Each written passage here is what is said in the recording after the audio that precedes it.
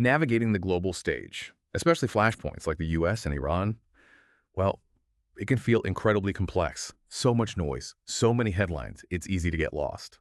But that's why we're here. Today, we're doing a deep dive, really cutting through that noise to understand the United States' perspective on confronted Iran. And just to be clear, this isn't about taking sides or saying one view is right. Nope. It's about looking at the sources you've shared and laying out the American strategic thinking. Our mission, really, is to give you a clear, concise overview of why the U.S. acts the way it does towards Iran, based directly on the material we have.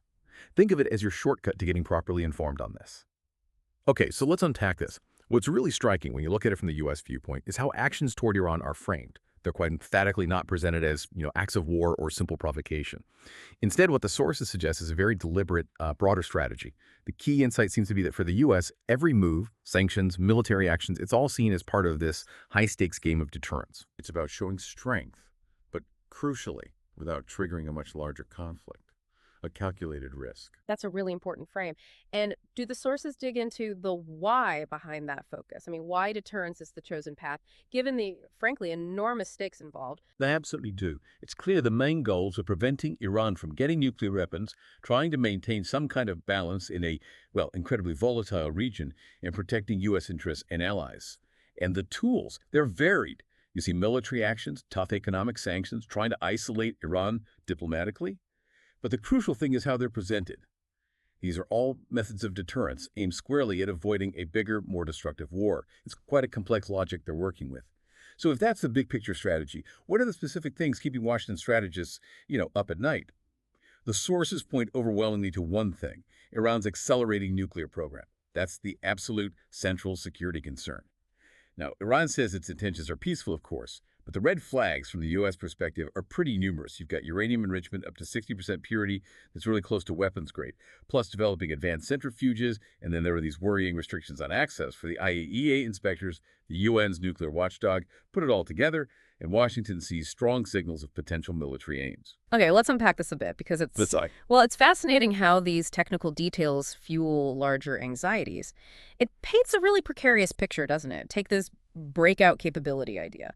Intelligence reports are suggesting Iran could potentially get enough weapons-grade material in just a matter of weeks. Weeks? Yeah. That's not just some technical footnote. That's the nightmare scenario, right? The thing that could spark a nuclear arms race across the whole Middle East. And it makes you wonder, do the sources hint at whether deterrence is always seen as enough?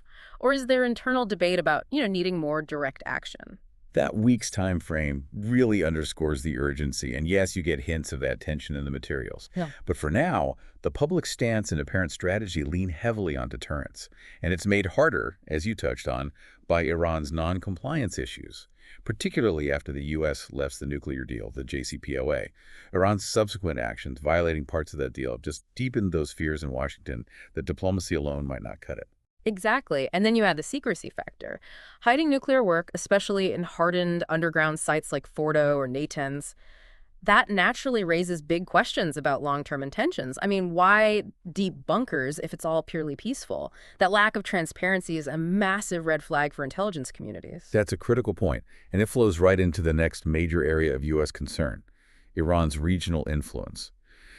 Beyond the nuclear file, the U.S. views Iran as a deeply destabilizing force, primarily through its use of proxy groups across the Middle East.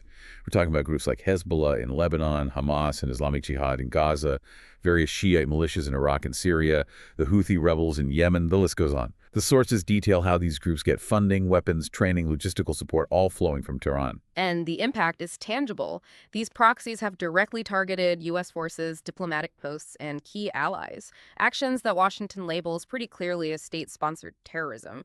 But connecting this to the bigger picture, it's not just proxies, is it? And do the sources explore the nuances there? Like, do these groups always follow Tehran's orders perfectly?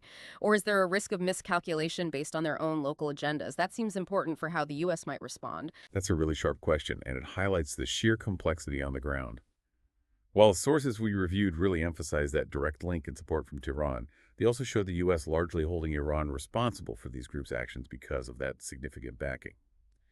And beyond the proxies, there have been more direct threats attributed to Iran. Things like attacks on international shipping in the Strait of Hormuz, a critical choke point for global oil. and drone attacks on Saudi oil facilities. These aren't seen as isolated incidents, but as direct challenges to global energy security and international norms. So given these deep concerns, the nuclear program, the regional actions, how does the U.S. actually try to counter all this? Let's look at the playbook. It seems to break down into three main pillars, according to the materials. First, deterrence through strength. This means they have visible military posture. It's included things like airstrikes against assets belonging to the IRGC, the Revolutionary Guard Corps, even targeted killings like Qasem Soleimani back in 2020, and cyber operations too. The intended message is pretty blunt. The U.S. will not tolerate threats to its people, its allies, or its vital interests. The idea is to weaken Iran's ability to project power, push back after Iranian aggression, and disrupt these networks. Okay, pillar number 2, support for regional allies. This involves the strong strategic ties the U.S. has with countries like Israel, Saudi Arabia, the UAE, other Gulf states. These countries feel directly threatened by Iran's military growth and its ideological ambitions. So these alliances are seen as vital. The U.S. aim here is strengthening regional stability, upholding security commitments in a part of the world absolutely critical for oil, for counterterrorism. And the support for Israel gets special mention. It's seen as particularly crucial given Iran's explicit threats against Israel's existence and its backing of groups that attack Israeli civilians.